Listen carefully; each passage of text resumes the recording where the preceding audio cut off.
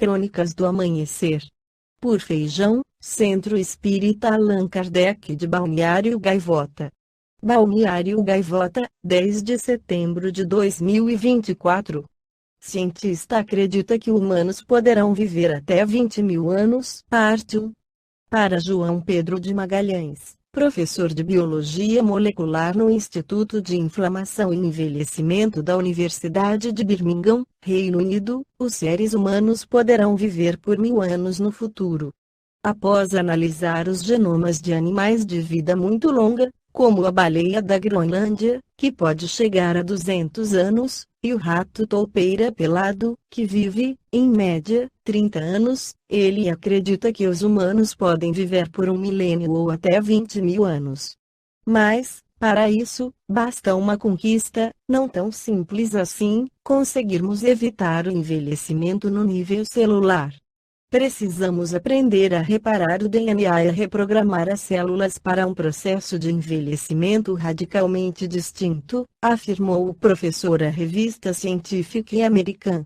Magalhães diz que, se o envelhecimento estiver programado em nosso DNA, seria teoricamente possível reprogramar as células para modificar os genes envolvidos no processo de envelhecimento e interrompê-lo. Para sustentar suas palavras, ele cita o progresso significativo que a medicina alcançou ao longo do último século. Por exemplo, melhorias na saúde pública, vacinas, antibióticos e avanços na medicina, tratamentos para doenças crônicas, diabetes, hipertensão, câncer, desenvolvimento de terapias genéticas e celulares, tecnologias, como ressonância magnética, tomografia computadorizada, robótica cirúrgica, que melhoraram drasticamente diagnósticos e tratamentos. O meu bisavô morreu de pneumonia, que foi uma das principais causas de morte na década de 1920.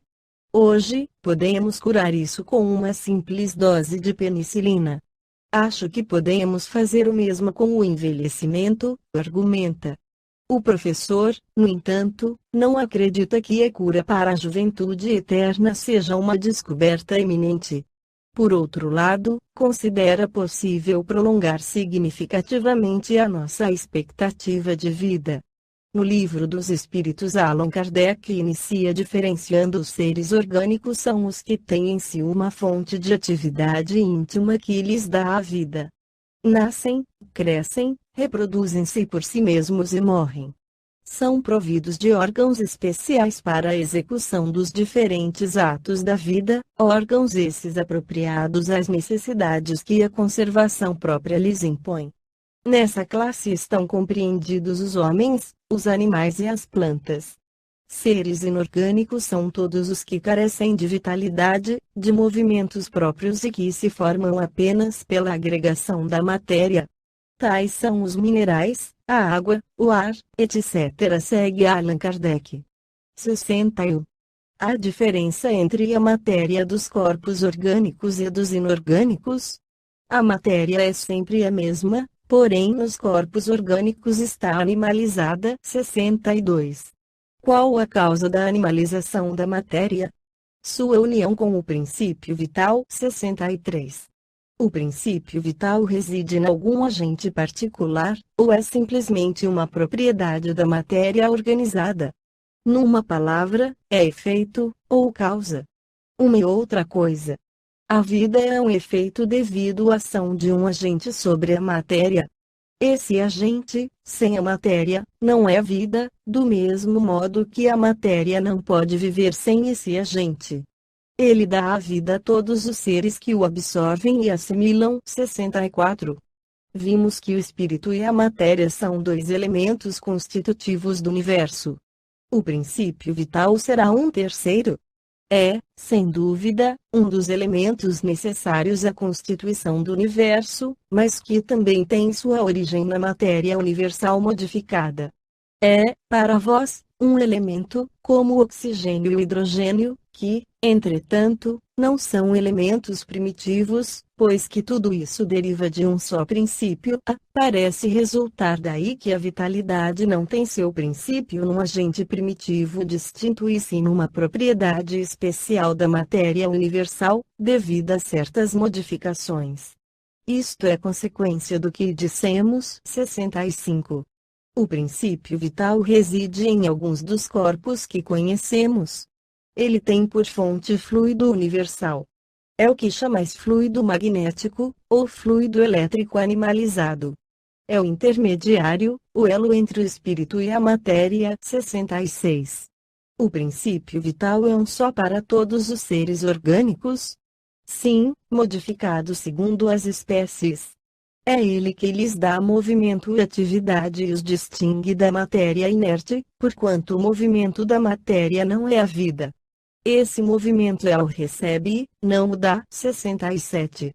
A vitalidade é atributo permanente do agente vital, ou se desenvolve tão só pelo funcionamento dos órgãos. Ela não se desenvolve senão com o corpo. Não dissemos que esse agente sem a matéria não é a vida?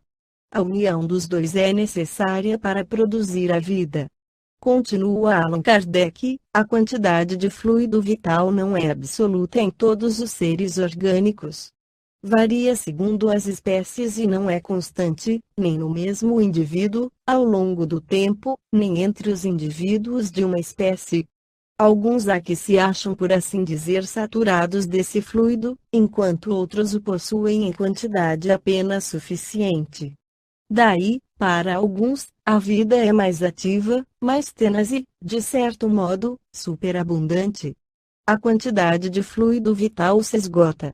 Pode tornar-se insuficiente para a conservação da vida, se não for renovada pela absorção e assimilação das substâncias que o contêm. O fluido vital se transmite de um indivíduo a outro. Aquele que o tiver em maior porção pode dá-lo a um que o tenha de menos, e em certos casos prolongar a vida prestes a extinguir-se. Então, para viver mais, o ser humano precisaria de encarnar com uma quantidade maior de fluido vital, ou então receber uma transfusão. Esta foi a crônica do amanhecer de 10 de setembro de 2024. Por Alfredo Feijão Lopes.